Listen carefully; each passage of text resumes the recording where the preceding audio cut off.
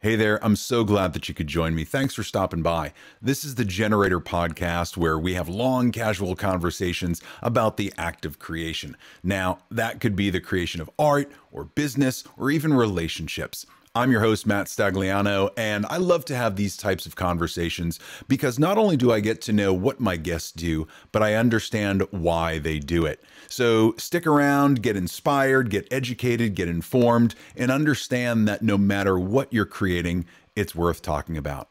Thanks again for joining me. Now on with the show.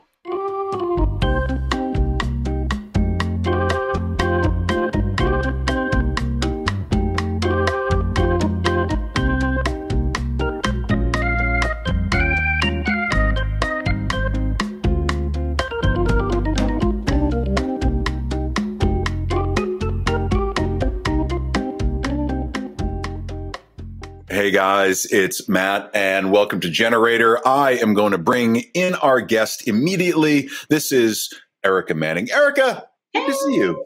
Good to see you too. How you doing? I got it. I think the last time I saw you in person was it Portrait Masters 2019? Is that the last time I literally saw you in person? Yeah. Oh my God. Way too long ago. So what's been going on? Next soon, but this is great. This is great. Has anything happened in the past 3 years? No? Yeah, it's been pretty dull. The world, just status quo. So. You've been on a tear though. You're traveling everywhere. You were just in Spain, right? Yes, I was. My daughter is teaching English as a second language there. So she taught this whole year, and I actually went to Barcelona in December of 21 to see her. And then my husband and I went just beginning of April to see her again. And it was amazing. Spain and Portugal, just picturesque. I have thousands and thousands of pictures that I have not had time to edit since I've been home. So they're just sitting on my hard drive waiting for a rainy day.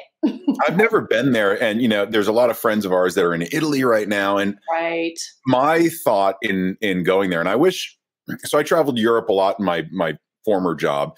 And one thing before I was a photographer that I loved about it was just all these little picturesque scenes, right? And alleyways and nooks and crannies and stairways and all that sort of stuff and old people hanging in windows.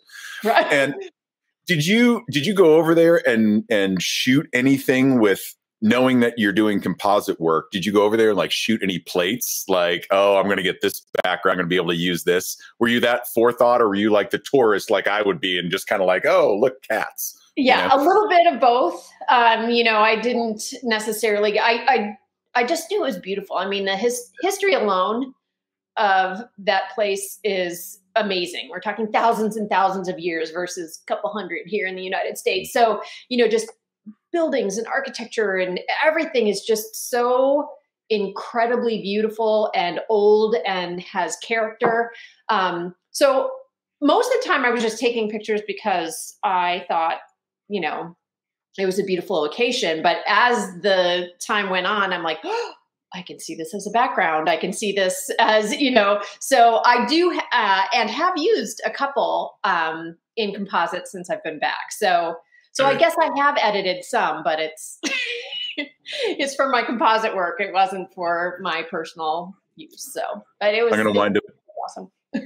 all of this out of you and stealing ideas. And I will not, we had a conversation recently about inspiration versus theft. And if I see something of yours, I'm absolutely 100% going to steal it.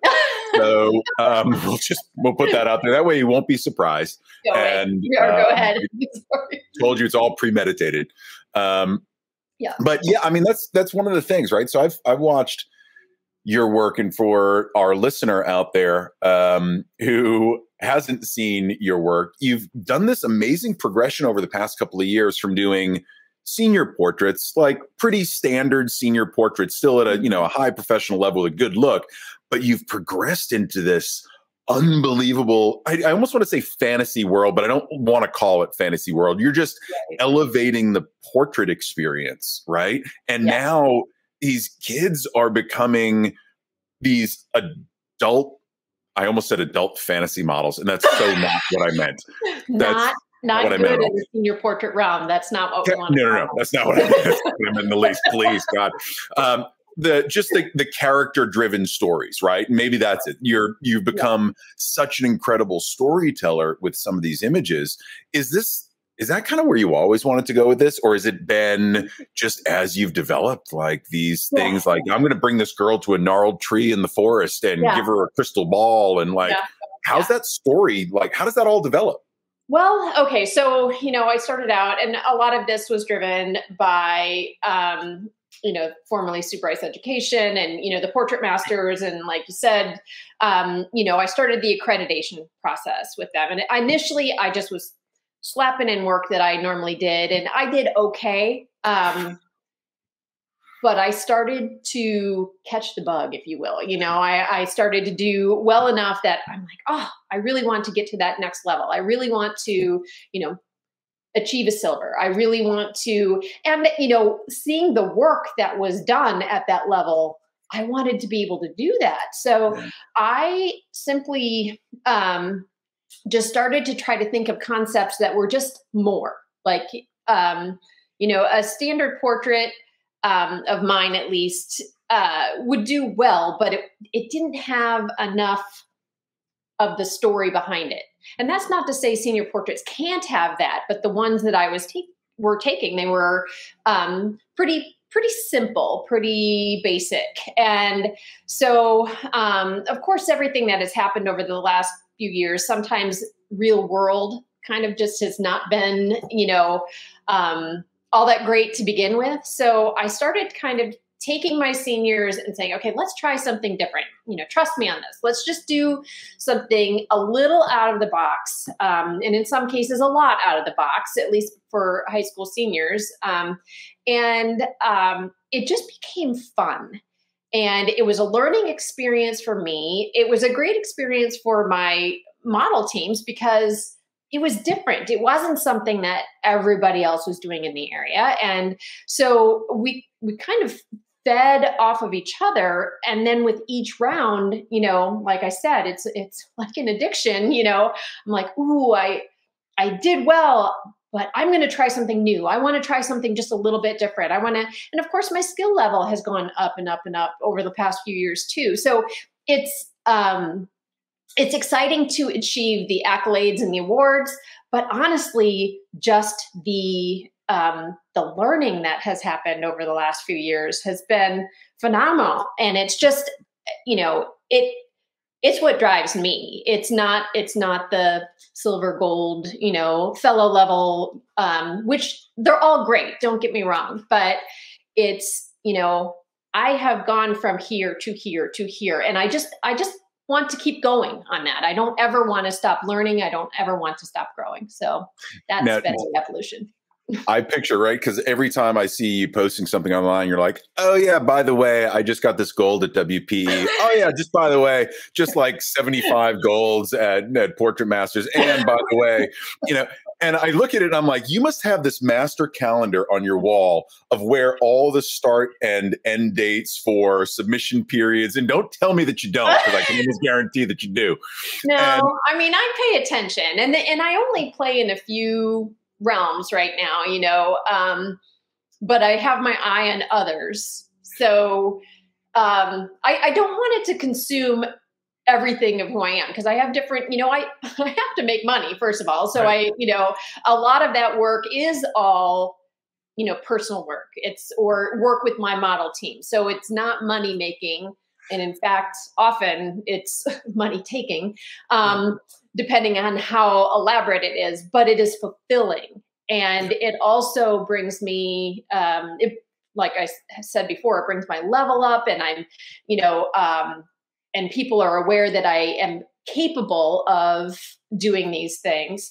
But I want to make sure that I'm, giving attention to all parts of my business. I'm not just ignoring, my bread and butter just so I can enter these competitions all the time. But yes, I do have a calendar and try to plan for, certain entry times and that sort of thing. I find spring in particular an incredibly creative time of year. This just last month and this month have been very creative for me, partly because for senior portraits, It's a time when the previous class graduates and the new class is not quite ready to get their senior portraits.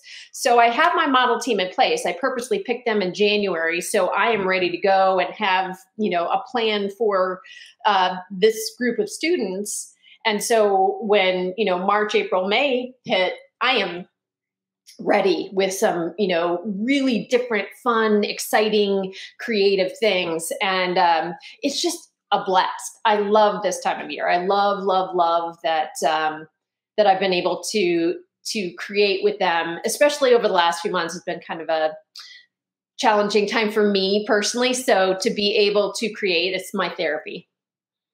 Yeah, it's been something that I've certainly seen in a lot of the work, and it's Erica Manning photo on Instagram, right? And Erica Manning photo, and all of the work that I've seen lately is so character driven, is so story driven. Do you save that for the model team, or do you approach like any senior that comes through? If you have enough planning time, do you try to get fantastical with their images in addition to the ones that mom and dad are going to want to like, as well? Or is it mainly your senior team? So it's definitely my senior team, and they apply to be a part of my team knowing that that's what's going to happen. Yeah. I do offer it to my seniors because the editing is different and the styling is different and that it's just a lot more involved. There is an additional charge to it. So it's a type of thing where if any senior comes to me and says, I want to do that, if we're not able to do it in their regular session, or it's going to require that extra time, I steer them in the direction of a creative session. It's an additional session, an additional fee. Just because while I love doing it, I also can't do it, in the realm of my normal senior session. So yeah, it's available to anyone who wants it. And of course, if a senior comes to me and they want to do something like that, they will have an idea. And so we will expand on that idea. Whereas my senior team, my model team, the ideas are mine, and, I'm the one who drives it all. And a lot of times, I'm just like, I send the information to my hair and makeup girl and say, please do this. And, they really don't have a say in it. Whereas my seniors, I want their session to reflect who they are, not who I think they should be. So, yeah, it's available, but it doesn't happen a lot. It has happened, but it doesn't happen a lot.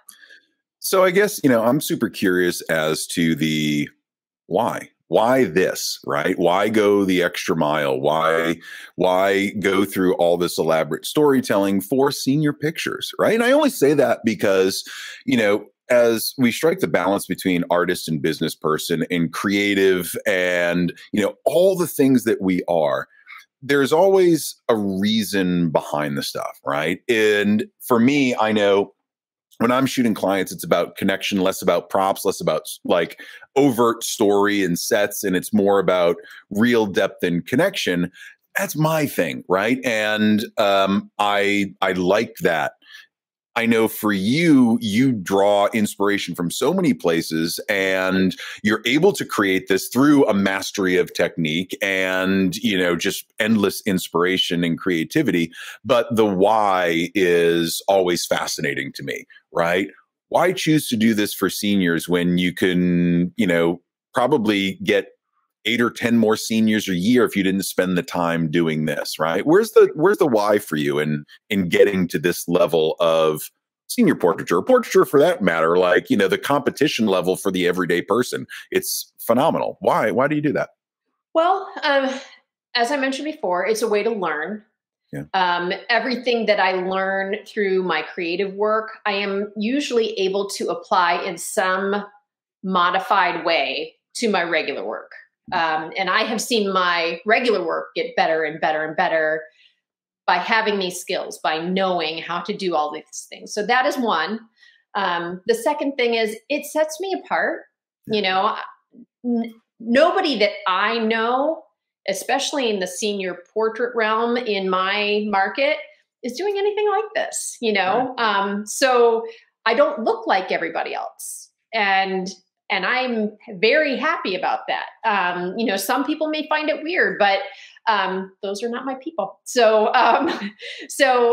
And I have always had a creative component to me, and just the standard senior portraits, it had gotten to the point where it was starting to suck the joy. It got so routine that the joy of it was being sucked away. And so by doing these creative things, it gives me that outlet. It allows me to just kind of free my mind and expand my horizons and explore, not on my client's dime, because they come to me wanting a specific thing. And if I'm out here exploring, then, I'm not giving them what they want. So it allows me to explore, in a sense, in a creative way, and which gives me life and allows me to do what I do the rest of the year and do it creatively.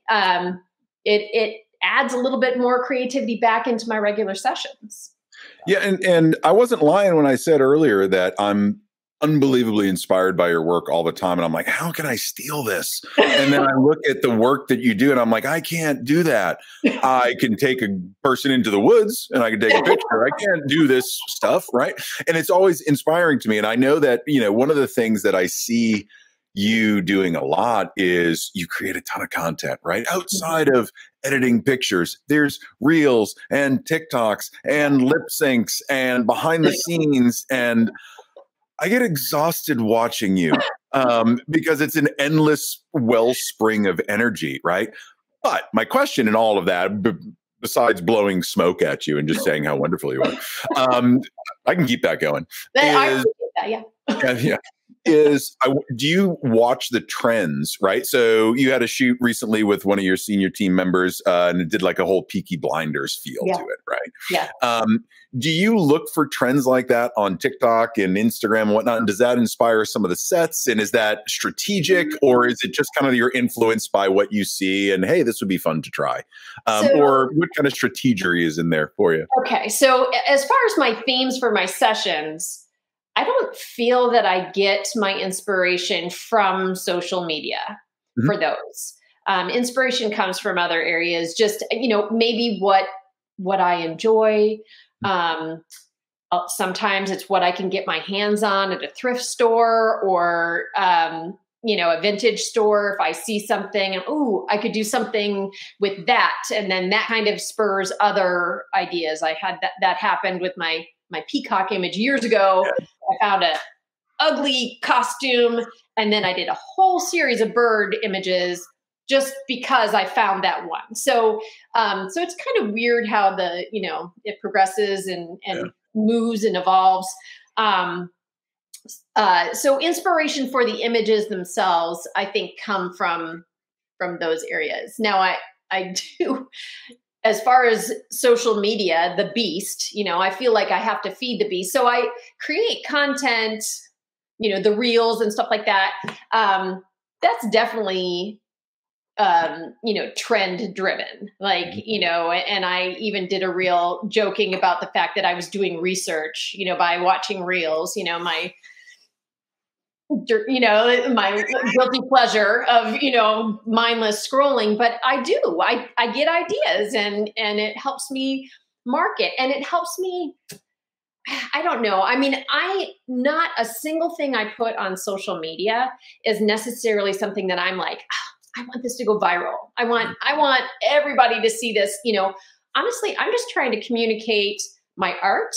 I'm trying to communicate my personality because I want clients to know that, I can be a decent person to work with. And, it communicates ideas. It communicates information. Like I did one when I was leaving to go out of town. I did a reel, about the Spanish I'd learned, or, you know what I mean? So it's just to kind of communicate. And I want to do it in an entertaining way.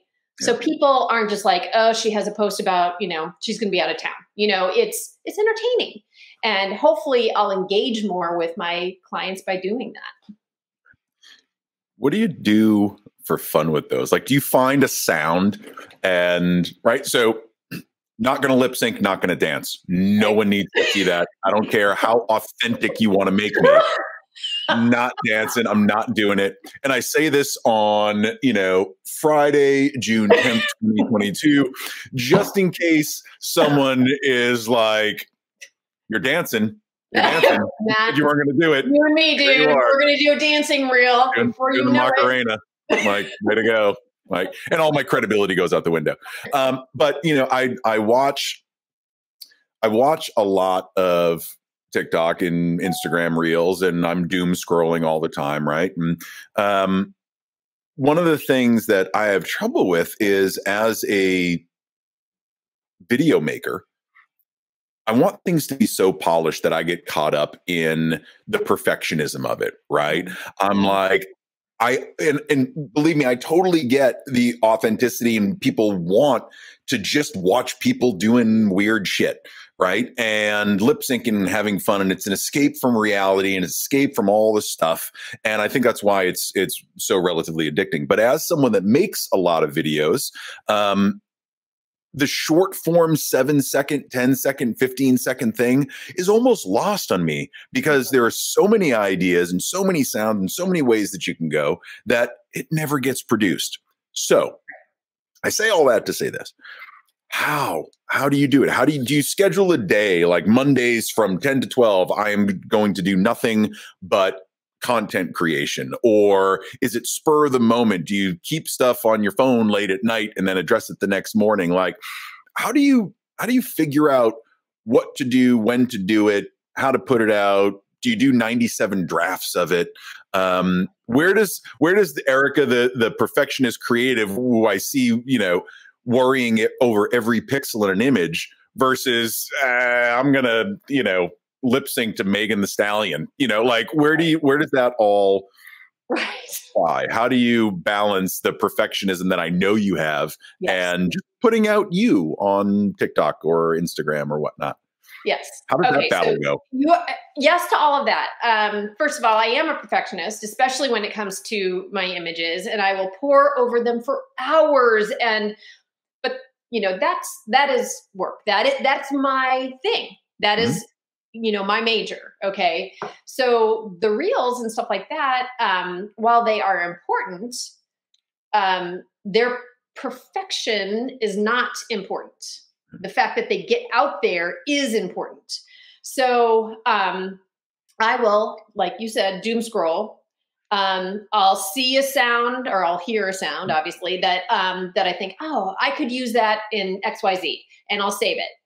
I probably save thousands of sounds that will never get used. I save, I'm like, oh, I could. And then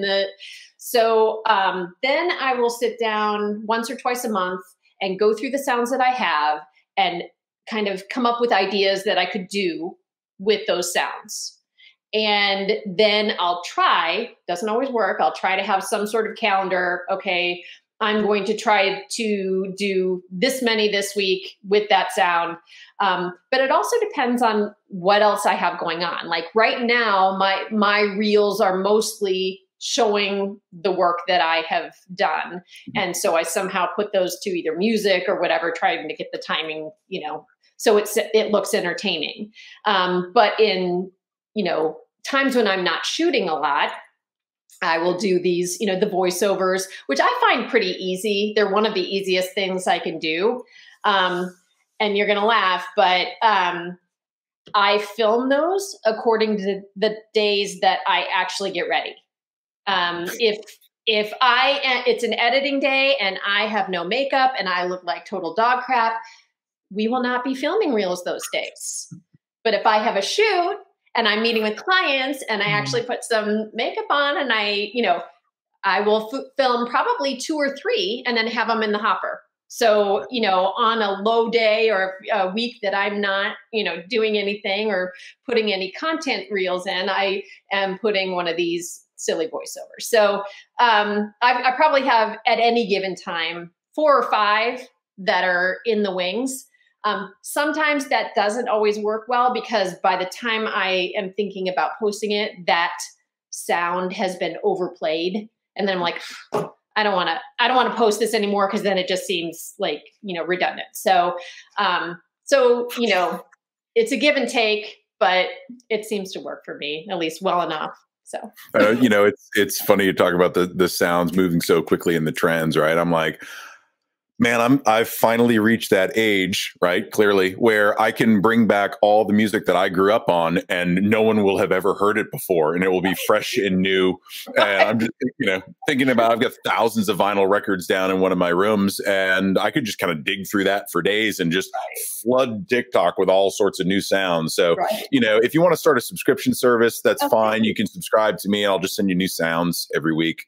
And we'll see how that goes. What do you think? I love it. It's a great idea. Perfect. Yeah. I don't know. You're going to be my only customer, so I better make it worth it, I suppose.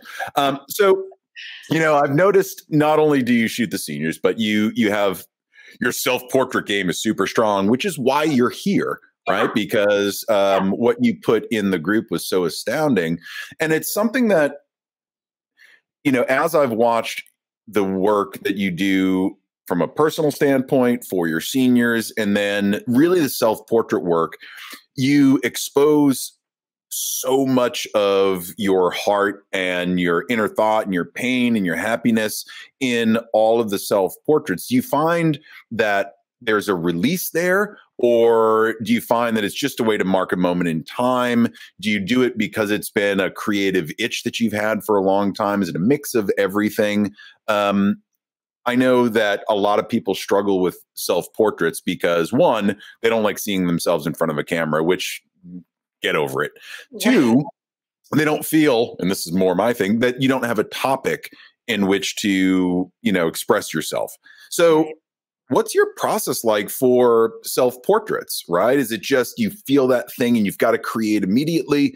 Or is it more like, all right, I've got this thought, I really want to think through this theme and work on all the elements? How quickly do you go through, some of that process? Backing way up.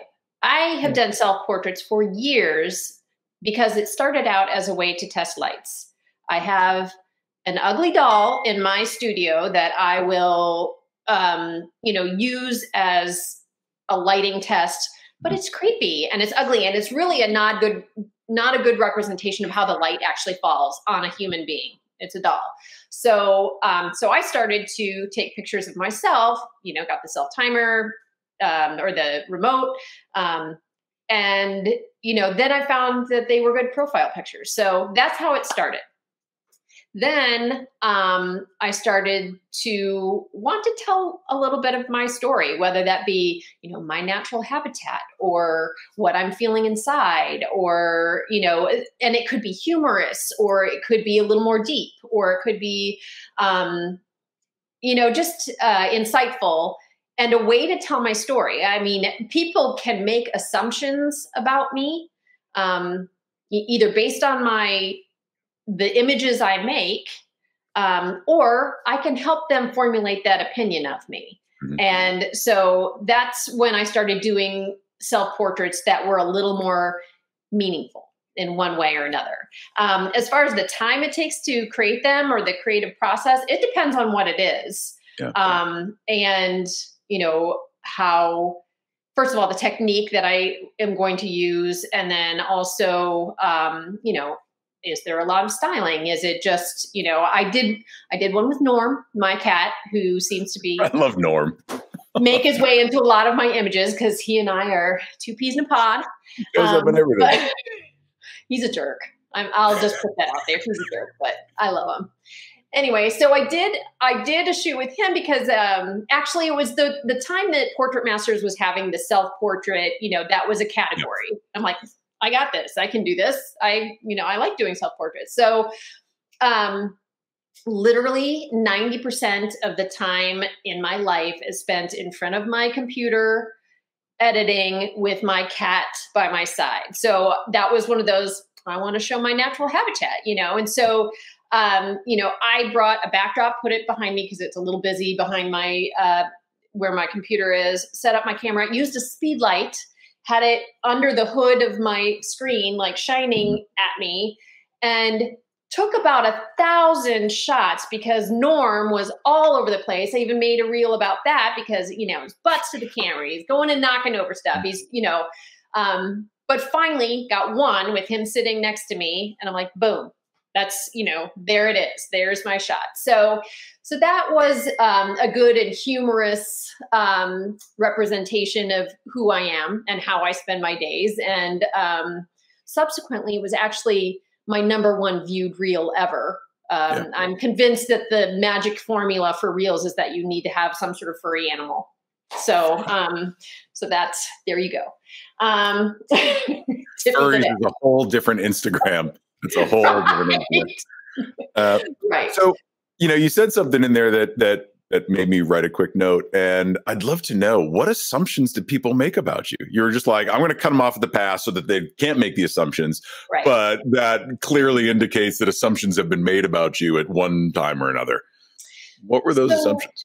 One in particular is that a lot of times I prefer images of seniors that are a little more somber. Of course, I take ones where they're big smiles and, laughing and happy and, and I post some of those, but most of what I post is just more of that. I think it's timeless. I mean, when you look at historic images of people, they are not smiling. They have more of a serious look. And I think Richard Wood said, you can see into the souls of people when they're not smiling. And I feel that too. So I post a lot of images of not smiling seniors. Well, that can give people the impression that I'm serious and that I'm, so I wanted to show that I'm, I can be funny. I can be fun. I can laugh. I can laugh at myself. I can, so that is one assumption in particular that I wanted to debunk. I wanted to tell people, no, we have fun in our sessions. We, it's a good time. And yes, I do take pictures of people smiling. I prefer the ones where people are not. So that is one thing. High five to you, sister, because, I do the same thing that, anyone that comes into the studio, we have a laugh, we have a great time. And then I'll post a picture where they're really serious and they're looking dead into the lens. And they're like, you chose that one, huh? I'm like, yeah, there's so much there. Like, look at this. It's incredible. And they're like, but I like the smiling one. I'm like, buy the smiling one. I'm using this one. Like, I don't care. That's exactly it. Yes. But yeah, I think there's something there, because I was looking at, more of the stuff in your Instagram. And as, I was getting ready, I see your stuff all the time, but rarely do I ever look at an artist friend in aggregate, right? Mm-hmm. I can almost pick out your work or Kat's work or Johnny Edwards' work or Leon's work and know that it's them. Right. And that's an amazing place to get to as an artist, is to have your style recognized. And I can like that with your stuff. And I think, with that, you do adhere to a little bit of that style and you create this style. As I'm looking at your images, the serious seniors, like you're putting these young adults into situations that are timeless and amazing, in these scenes that are incredible. The warehouse that you were in with all of those windows, and you're bringing people to these locations that are atypical, right? It's not just a studio. And now you're putting them in costumes that are atypical. I can understand why people would assume certain things, but you're creating something so different that I haven't seen, not only in the senior market, but in a lot of the adult portrait market. I'm not seeing this, right? Canvas backdrops are a thing, right? Golden wheat fields are a thing. Hyper blurred backgrounds are a thing for newborns, right? You're creating this mix of fantasy and Vanity Fair, and it's such a unique take on a lot of these typically standard images that I'm blown away by it. So that being said, I would never assume that you're like kind of this dark brooding person, because I've seen the lip sync.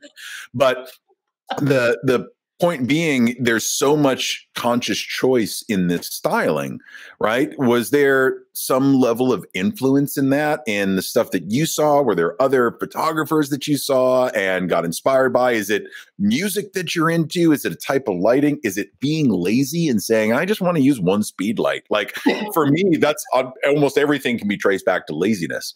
So for you, is there like one thing that you can always trace it back to? Is it the development of the story? Is it a certain look? Is it working with the personality? Where do you, where did you start to develop this style outside of wanting it to be different? Why that more serious, darker style versus bright and airy? What is it in you that gets drawn to that? Okay. So I don't know if there's any one thing. That would be very difficult for me to pinpoint one thing.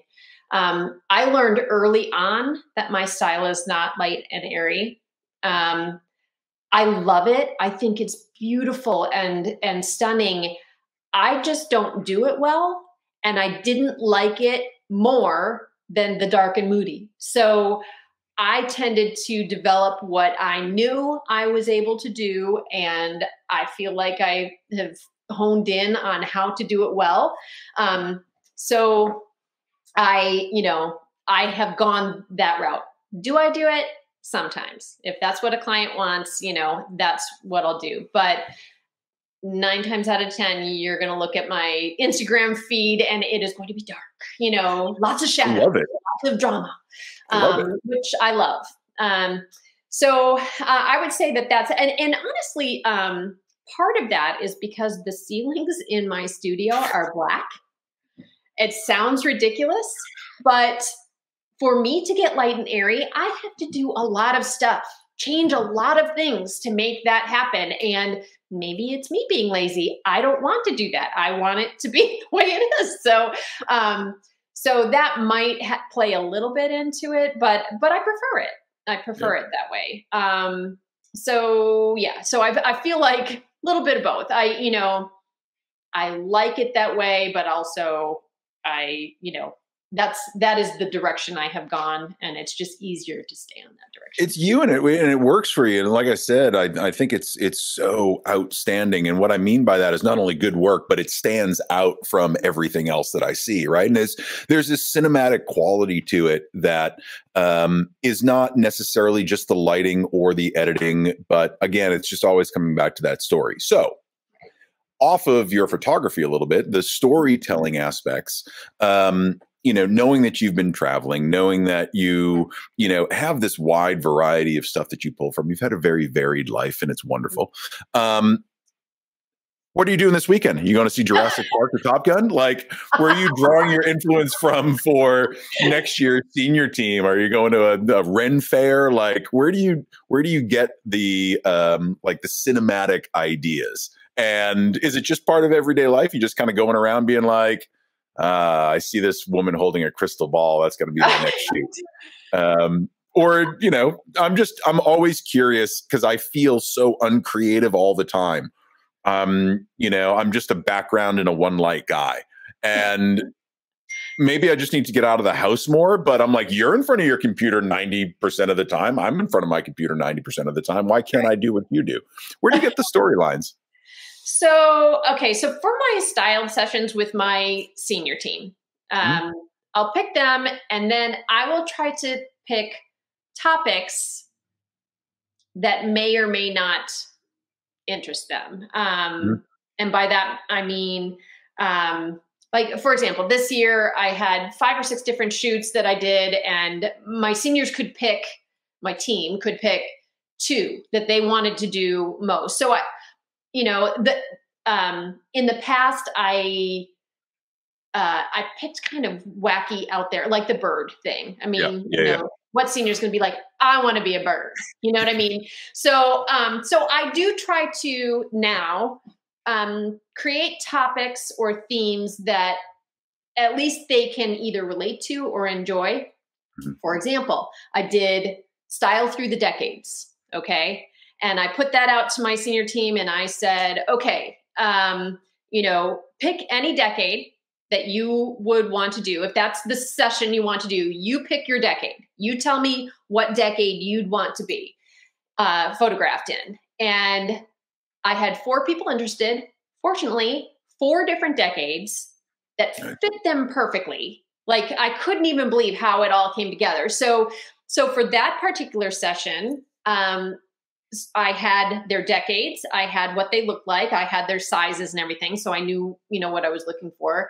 And then I just start sourcing, going to vintage stores, going to flea markets, going to thrift stores, trying to, as inexpensively as possible, find things that would work. I also, because it's an overall theme of decades, I wanted at least one thing that would kind of tie them together. So I did a radio or some sort of music playing device. So I did a 1920s radio. I did a record player from the 50s. I did a 1970s kind of retro looking radio. And I did a boombox from the 80s. And so each scene had the radio, so you could get the feel of the different decades, but then of course their attire was different, the mood was different. Of course, 80s was way different than 70s and everything else. So it was just fun to have that unfold. That's not the idea I had in the beginning. My beginning idea was just fashion through the decades. It was only when I knew the people I was playing with and I knew the decades I was working with, that the rest of it just started. And it involves like waking up at 3 a.m. and going, oh, yes, and writing it down and then expanding on that idea. So it's a process. It's not like I come up with the idea and then I, plan it and nail it. It evolves. It evolves over time. And that's generally speaking how any one of my sessions will happen. Yeah, it's really interesting. And that's kind of that attention to detail, right? And being a kind of a music nerd and seeing the radios and the record players. And I was just like, where do you get that? Like, I don't have vintage shops like that where I am. So I literally honed in on that mid-century 70s, like console stereo that you had. And I was just like, I want that in my house. Right. I don't care about a photo shoot. I'm like, I want that thing myself. So, how many of the props that you buy do you hold on to like forever? Is there like another wing of your house that's just full of props? So I'm coming up with an idea and I'm putting it out there right now. And I think it would work in any local market. Like I have so many props, way too many props. My studio is a house for props now because I'll get them and I'm like, oh, I could use that later. And maybe I will, maybe I won't. I don't know.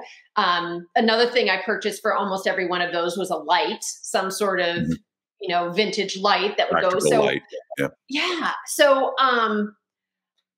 I do hold on to them way longer than I should. But what I want to do is formulate a prop co-op with other local photographers. And so, awesome idea.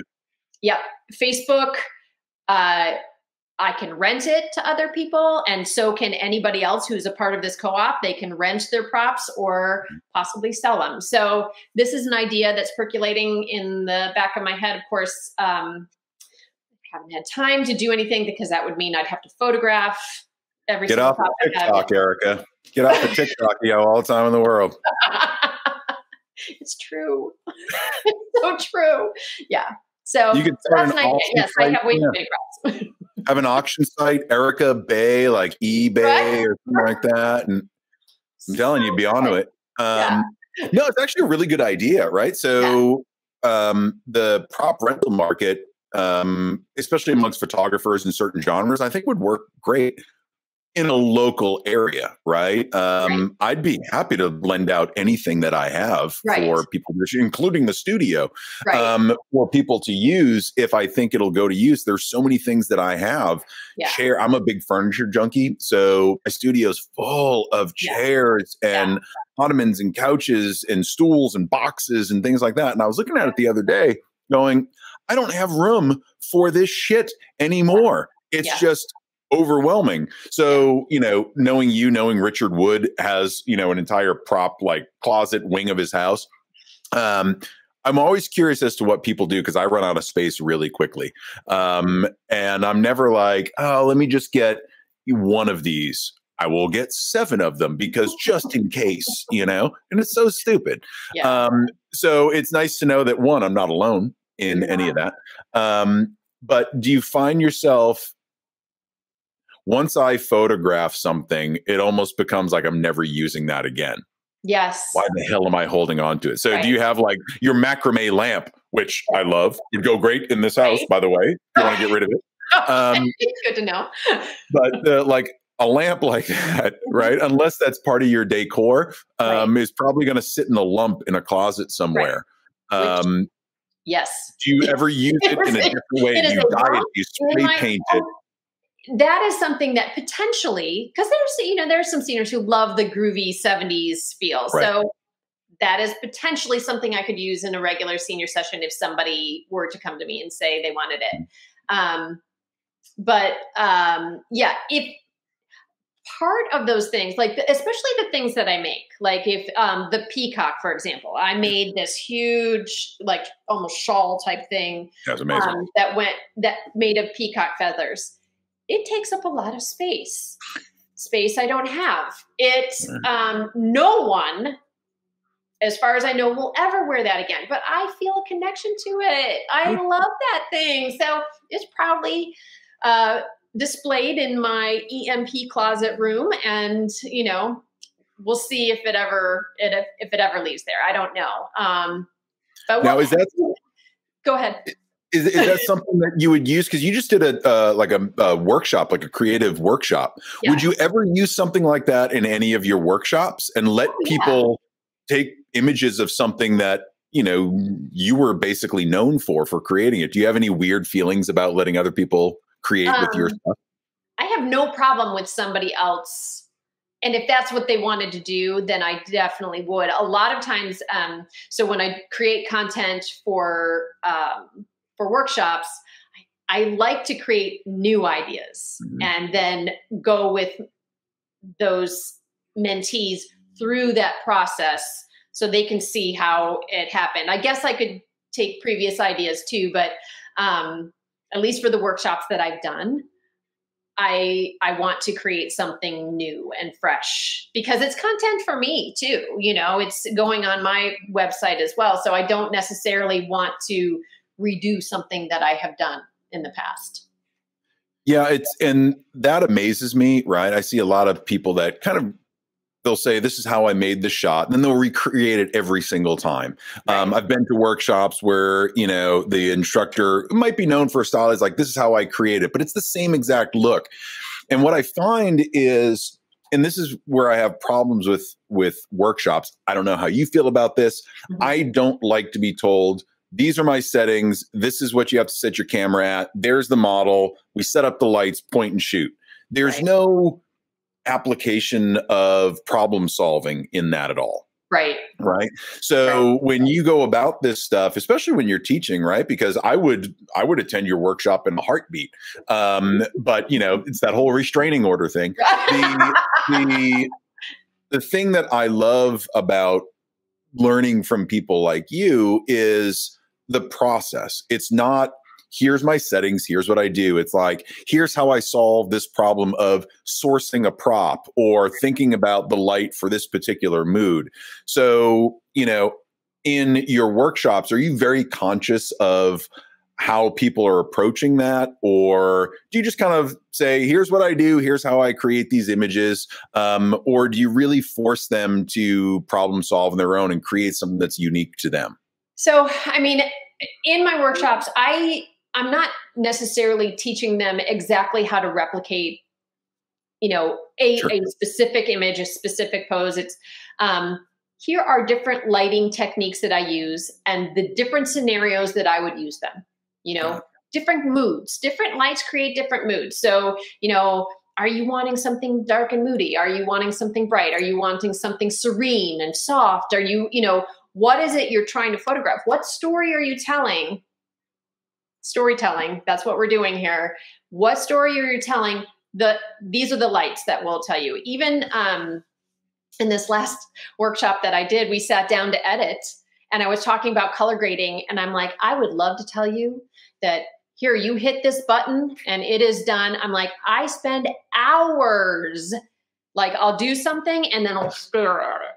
I'll stare, I'll think, I'll shut the computer off, go away, come back, look at it again, tweak, make changes. I joke that it takes me forever to edit my images, but so much of that time is just staring at the screen, deciding if that's what I like or not. And so it is a process. It is not a, magic formula.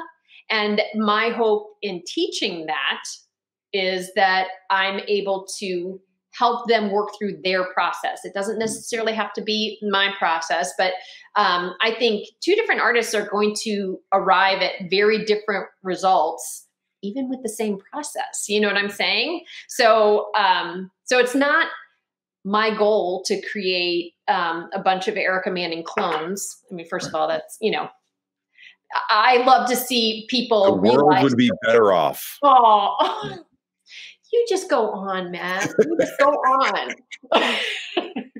No, I feel like, everybody has their own inner voice that I'm just trying to help them find that and hear the techniques that I use. And there are certain skills and methods that people can learn, but it's how they apply them in their own style that is going to make the difference. So that's really what I try to teach in my workshops. It's not, you're going to do this and then create exactly what I just created, because what's the fun of that? What's the fun of that? And I think, it's really interesting is I've kind of gone along in the photographic journey and try to learn from as many people as I can.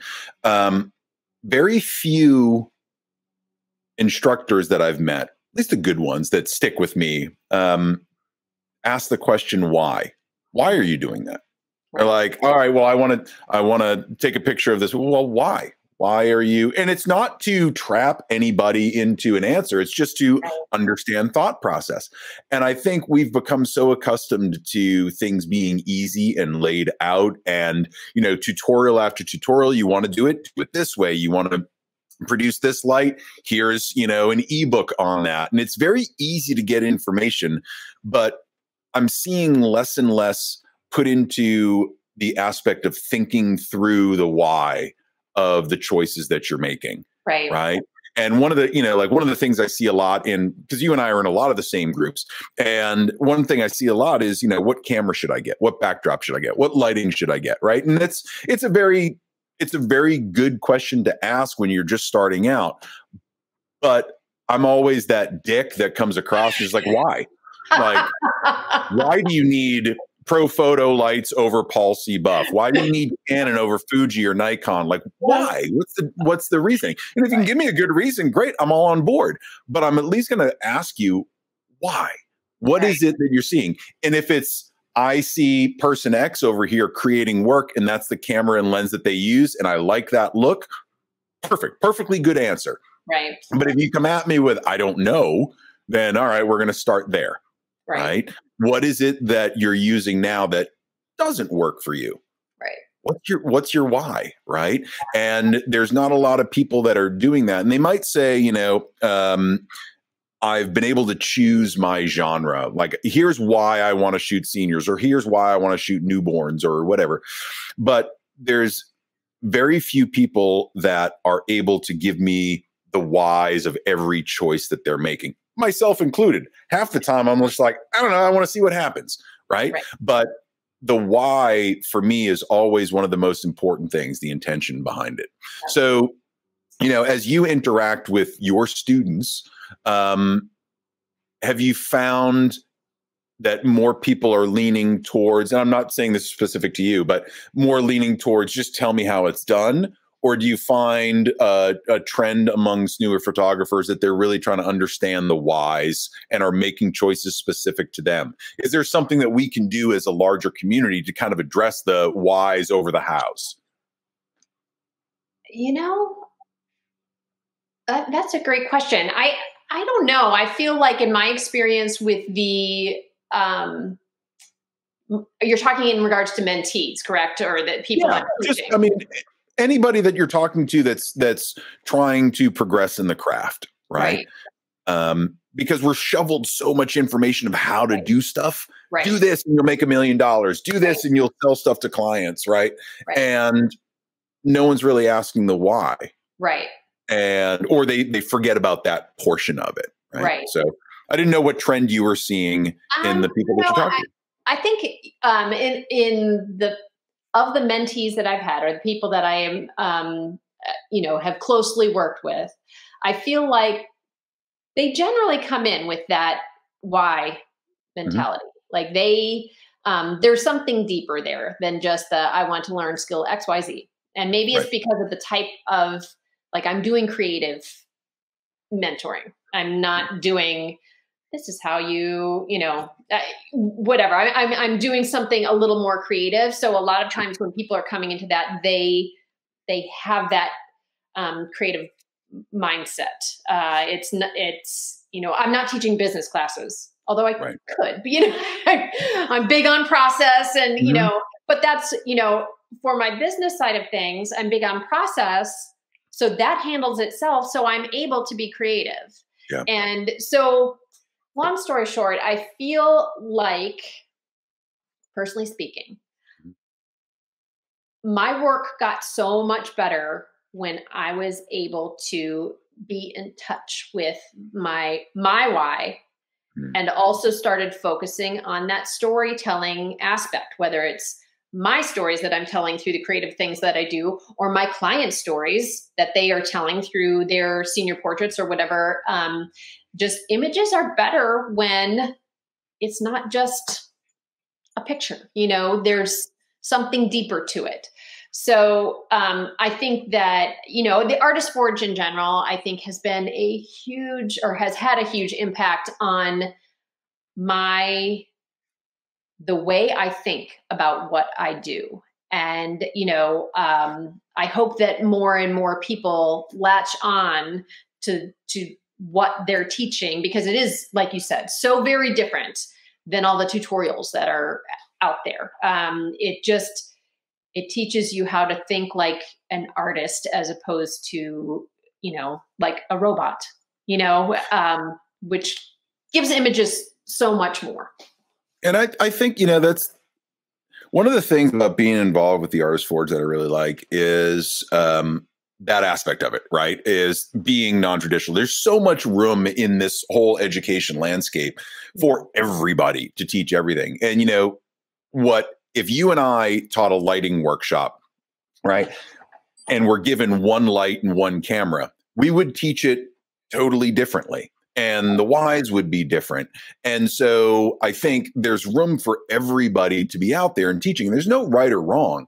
But what we found after doing so many just kind of morning clubhouse, hangout, chat, talk, we were like, we should probably do something about this, because the people that are showing up are asking more about thinking through issues rather than just give me the solution. And it was kind of, we stumbled into it. I'd like to say that. I mean, I'm sure Nicole put more thought into it than that. But it was just this formulation of, how do we get more people to ask these questions and have these conversations? And it's not to say that we have the answers. It's just, let's all talk to each other about, oh, there's some shared experience here. Oh, yeah, you have those days too. Perfect. Let's just kind of open the kimono and talk about all of that stuff. So yeah, it's been awesome having you in there too, because you've been able to explain from your side after you've been in business, what, 12 years? This is my 12th year of business. 12th year, yeah. So after 12 years, if you ain't learned something in 12 years, right, then you probably should change your career. But I love when you come into the group, because you give such a depth of knowledge and experience that is so valuable to hear, even for those of us that have been doing this a while. To hear someone else go through that same struggle or deal with the same stuff is really, really important, and can often get lost in this sea of, here's how you do it, cookie cutter, Instagram influencer sort of education. And so that's why I'm always excited when you show up in the morning. I'm like, oh, Eric is here. Well, I mean, I think we all want like, I learned by doing a lot of things wrong, Yeah. and ideally we want the people that we are reaching and teaching, and, it's kind of like your kids, you want that learning curve to be shorter. You want them to learn faster. So this industry as a whole is better. Yeah, I feel like my experience has made me better if I'm able to share that and help somebody else in a small way so they don't have to make the same mistakes or, go down the paths that, I went and then change course. And I feel like everybody in that morning group has a lot of that to offer. There's a lot of experience, a lot of varied experience there that I just love. I love to listen. And a lot of times I am just listening, to absorb. Editing with Norm on your lap. I forever am learning. I don't ever want to stop learning. So yeah, it's been a great group for me too. Where's Norm right now? I haven't seen him pass by. He is probably sleeping somewhere. He sleeps majority of the day and it's almost better. I mean, I don't want to wake the sleeping beast. Does he react all day long until we go to bed, and then he's sweet. But I just, he's. Have you found any triggers? Like, do you click a mouse and suddenly he's like, oh, I can go sit on her keyboard for the next 3 hours while she edits? He is he's food motivated, in particular sandwich meat and rotisserie chicken. And so I just open the baggie of sandwich meat and he flies in there. So normally when I need him to be in an image, I have to use sandwich meat or chicken or something like that to get him to even remotely do what I want him to do. I'm food driven the same way. If I'm getting my portrait taken, you got to toss me chocolate covered pretzels, and I'll just snap to it. Totally get it. Norm and I are on the same wavelength. Yep. So what's next for you? Right. So your whole life has been about progress and progression forward and fighting through and building and getting better and expanding. And I mean, it's such a kind of an inspirational thing to watch. Here's someone that isn't just talking about it, they're actually walking the walk. And I've seen that in you for years. Everything that you said you would do, you are doing. So what's next? Where do you go? And am I going to see you in September in Arizona? Oh, fantastic. We're doing this. Okay. But I haven't said too much about it and publicly, but yes, there's one small thing that I might have to attend to. So I'm kind of I'm not sure, but I should be, I have my ticket. I am real close to buying my airline ticket. So it should happen. But, as I mentioned before, the whole photographic competitions, I'm addicted. So I want to continue to enter, see as a general trend, my images do better.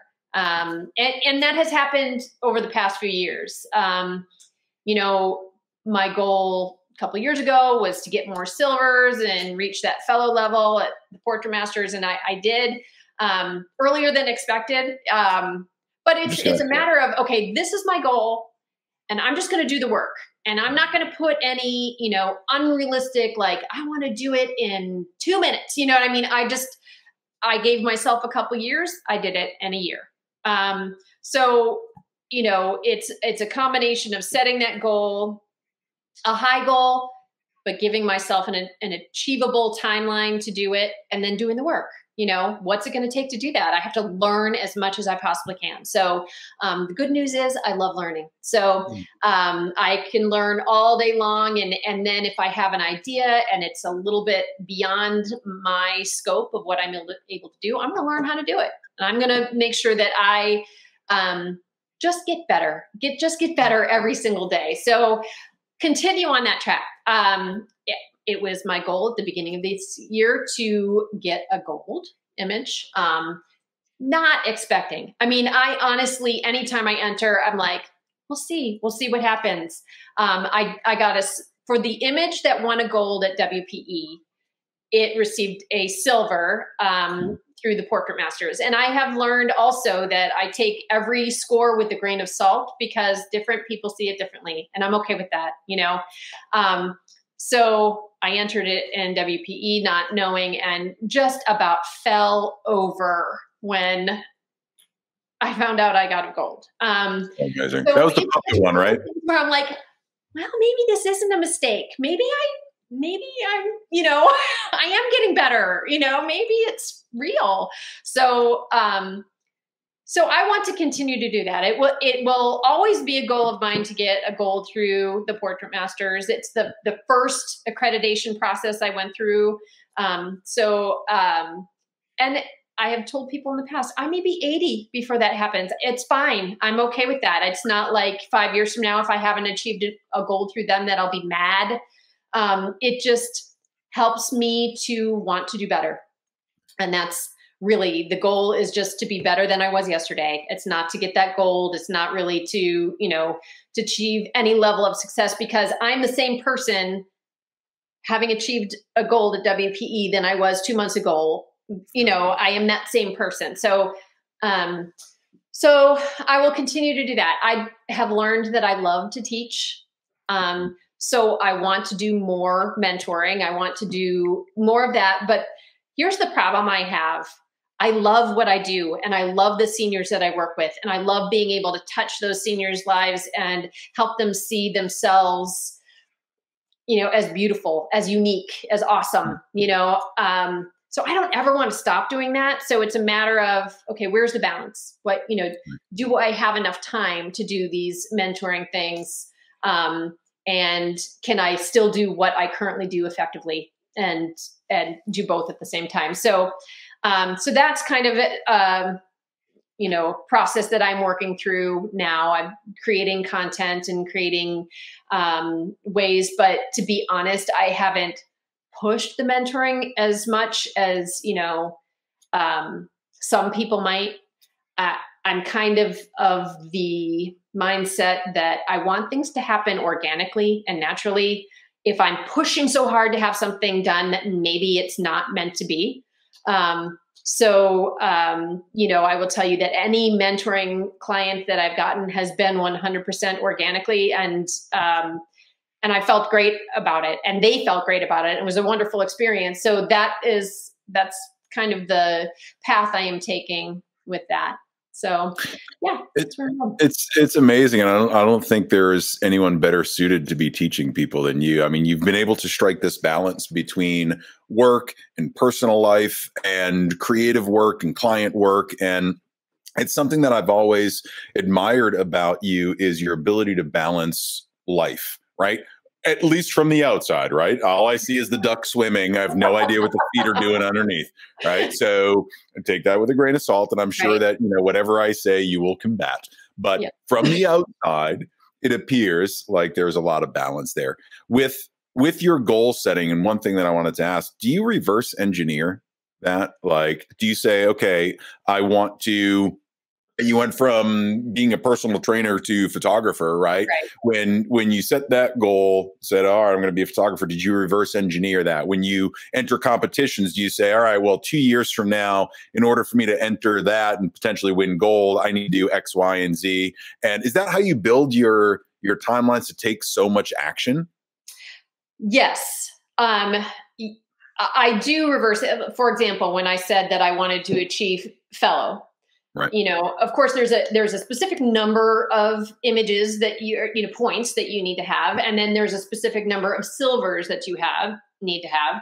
So, so I knew what that number was. I knew that my goal was 2 years out. Mm-hmm. I figured out how many I would have to enter each round. And honestly, I doubled it. I doubled the amount that I would need in any round, because I figured, we're just going to see, you know, first of all, it gives me more practice. Second of all, you know, I just want to make sure that I have the points I need, and then we'll make sure that I get the silvers that I need. So that was kind of my mindset. And I think the round that I achieved the fellow level, I think I needed three 3 more silvers, and I can't remember how many points. And so, I entered as much as I could. I made sure that I had enough to, at the very least, have the point level that I needed, knowing that there was a possibility that I wouldn't get the silvers that I needed. But I did, So had I not done that math and figured out what I needed, then I would have had to wait another round to get just the points. And so yeah, there is some math to it, but there's also some level of being okay with where I am. Mm-hmm. Like, I hate the feeling of disappointment. I hate it. And I don't want to live that way. Any given situation where I would go into a competition, I don't go in saying, I'm going to get this. Mm. And then if I don't, then, I don't want to live that way. I want it. If it doesn't happen, what can I learn? What can I learn from that experience? What can I change for next round? And I'm not going to be disappointed. It was an opportunity for me to learn, and I've become better. And I saw what I, potentially did wrong there. I'm going to change that for next round and see what happens. And I have just found it's just a more freeing way to live. I just don't want to be sad and add that thing that's driven by me, So why would I add that pressure onto myself? I don't want to do that. So yeah, you've been able to remove a lot of ego from your work, right? And there's so many people that are tied to whatever validation for, I got X amount of points for this image, or it didn't get silver, or it didn't get gold, or, my friends didn't like it, or my family, like whatever. People tie so much of their ego to the work. And it's natural, but right. Being able to separate yourself from the outcome versus the journey, right? Which is where you really seem to be excelling, right? Is just, all right, well, the outcome is going to be what the outcome is. Yeah. I will be at my best at that point, whatever that is. Right. But it's this in-between time between now and then where the good stuff happens, right? It seems like you really excel in that area. And it just shows because the end product, the output, is so spectacular, right? It's a natural occurrence of all of that work. And I don't think people find enough pleasure in that journey to really see the value in it. Right. And so, yeah, it's just something I've always kind of seen. And anytime we fall into a conversation, I'm struck by how much you're constantly in that student mindset, constantly learning. And then it just, oh yeah, I'm just going to drop over here, this amazing image, and just, crush everybody else. I'm like, oh, thanks, Erica. I feel good about myself. And it's not a competition. I know. You know what I mean? Period. It's not a competition between me and somebody else. It's not a competition with me to me.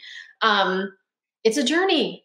Yeah. Just like you said, it's a journey. And, we should enjoy this journey we're on, Mm-hmm. So that's bottom line. Well, this has been an awesome journey getting to talk to you. I'm so excited to be able to see you in a couple of months. I know. So let's at least try to figure that out. I haven't bought my plane tickets or booked my hotel or anything like that. That'll be like on the flight. I'll be booking my hotel.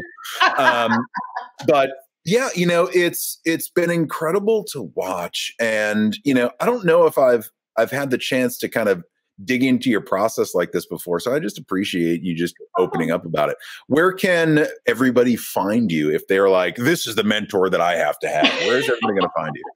All right. So my website is Erica Manning Photo, ERICAMANNINGPHOTO.com. Same for my Instagram. And then I believe on Facebook, it's Erica Manning Photography. And those are the main ones that I focus on. So gotcha. Thank you. Thanks for coming by today. Thanks for having me. It's been such a pleasure. And I know we go back. We go way back. So, way back to 2019. I know, right? But it's also been fun to watch your journey and be a part of the morning walk group to see the evolution of the direction you're going. I think you're made for this. I think you've got a golden voice and a golden personality. So I'm excited about this. And I'm thrilled that I got a whole hour plus to sit here and I like how you said I've got a face for radio there, but so diplomatically. That's so diplomatic. It's amazing. Oh, you're so good at this. No, it's been amazing. Thank you so much. And thanks for just showing up every morning and giving of yourself. It's just something that I know we're all better off for it, for you just kind of showing up and sharing your experience. So thank you so much. And so I will see you in the room. And hopefully if I'm ever passing through Columbus, I'll stop by and just scream your name until I can find out where you live.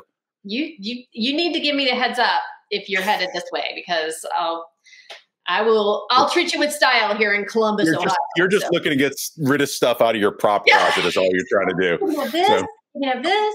Yeah. I'll bring a U-Haul. All right, Erica, thanks. I will see you soon, okay? Okay, sounds good. Bye. Talk to you later. Bye.